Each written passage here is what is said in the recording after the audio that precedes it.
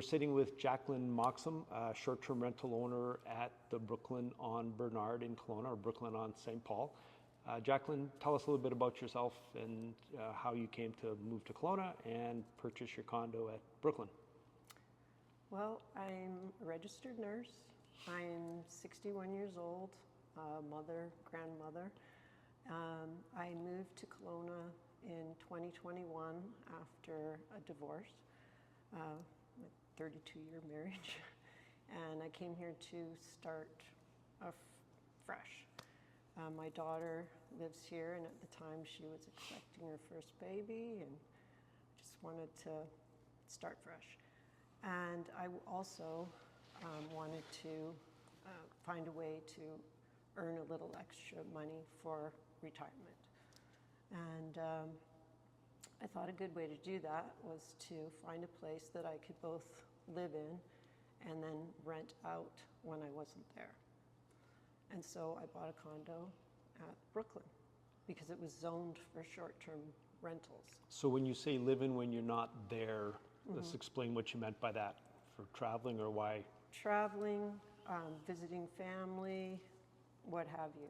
But I wanted to have a way to make some money, extra money, to save for my retirement, because I didn't feel like I was set up properly for retirement.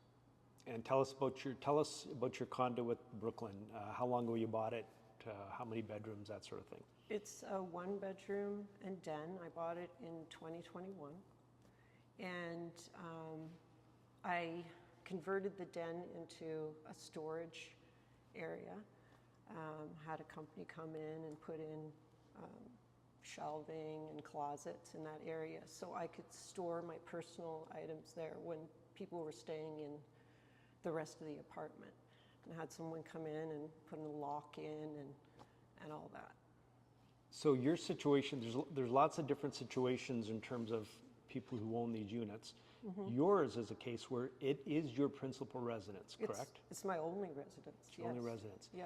So now some people that own these short-term rental condos are able to continue to rent them because they have a license. Right. You didn't have a license. No, and I didn't actually know I needed to have a license, so I admit that. But then when I found out about this provincial legislation and the changes, I applied to the City of Kelowna for a license, and I was denied. Did they say why they denied you? They just said that they had given out, I think it was 498 licenses, most of which were grandfathered, and they weren't accepting any more applications, and they don't know when they will again. Did they give you any reason why they wouldn't give you a license? No. Just that was the decision that the council had made, the city council had made. So I reached out to them, sent an email to all of the councillors explaining my situation and asking for help. And I did hear from Ron Cannon. We had a good discussion. He gave me some ideas as to maybe what I could do about it. How did you meet with Ron? He called me as soon as he received the email. And the only other person I heard from was Luke. Sorry, what's his last name? Luke Stack. Luke Stack. How was Luke able to help? No. He was basically just saying, well, this is the decision and you have to live with it.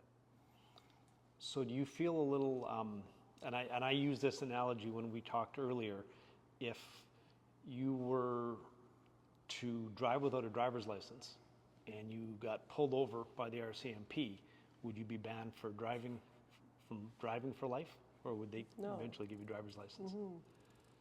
So fair to say it's a little heavy-handed that, yes, you're admitting you didn't have a license, but you always rent. Let's talk about who you did rent to. Let's talk about your typical tenants and your situation. I didn't, because it's my primary residence, I really didn't want a stream of really short-term people coming in 2-3 nights at a time or whatever. So we set a week minimum. I say we, my daughter and I, she helped me kind of manage that part of it.